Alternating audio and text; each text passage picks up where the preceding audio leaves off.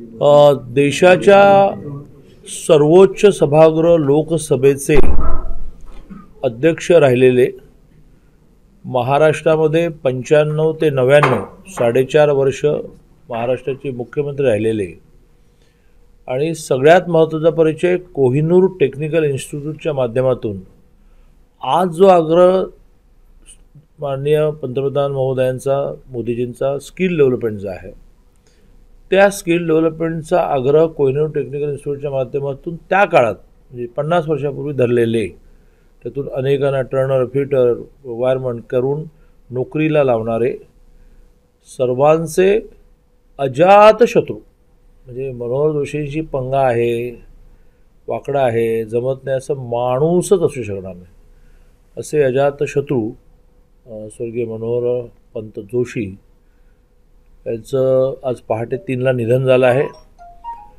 माझा त्यांचा सहवास इतका जवळचा की 6-8 महिन्यापूर्वी ह्या स्थितीमध्ये सुद्धा त्यांचा एका कामाच्या निमित्ताने निरोप आला आणि मी त्यांना असं म्हटलं की तुम्ही येणं हे आम्हाला बिलकुल बरोबर वाटत नाही, मी ऑल द वे येतो।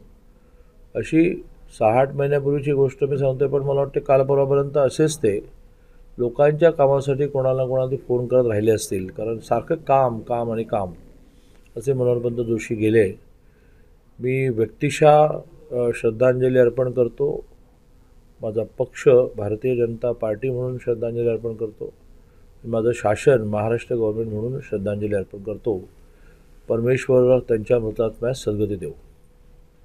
दादा, खरं तर महायुतीतले एक ज्येष्ठ नेते म्हणून देखील त्यांच्याकडे पाहायचं, युतीचा तो 2014च्या वेळी युतीचा जो काही प्रश्न उद्भवला होता तो त्यांनी खूप लिलया पेलला होता आणि सोडवला देखील होता।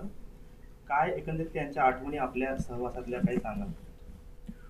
नाही, मी तुम्हाला म्हटल्याप्रमाणे राजकारणामध्ये राजकारण कमी आणि समाजकारण जास्त असा स्वर्गीय बाळासाहेब ठाकरेंचा आग्रह होता, माननीय नरेंद्रजी मोदींचा हे आग्रह असतो आणि तो आग्रह कोणी न सांगताही मनोहरपंत जोशी जगत होते आणि त्यामुळेच मी त्याचा उल्लेख केला कोहिनूर टेक्निकल इन्स्टिट्यूट। या कोहिनूर टेक्निकल इन्स्टिट्यूटमधून एक व्यवसाय म्हणून काही पैसे मिळाले असतील, पण हेतू हा होता की हे आर्ट्स सायन्स कॉमर्सने काही आमच्या पोरांना नोकऱ्या मिळणार नाही आणि मग 10वी नंतर नापास झाल्यानंतर तो वनवन भटकत राहतो, त्यातून छुटपुट गुन्हेगारी सुरू करतो।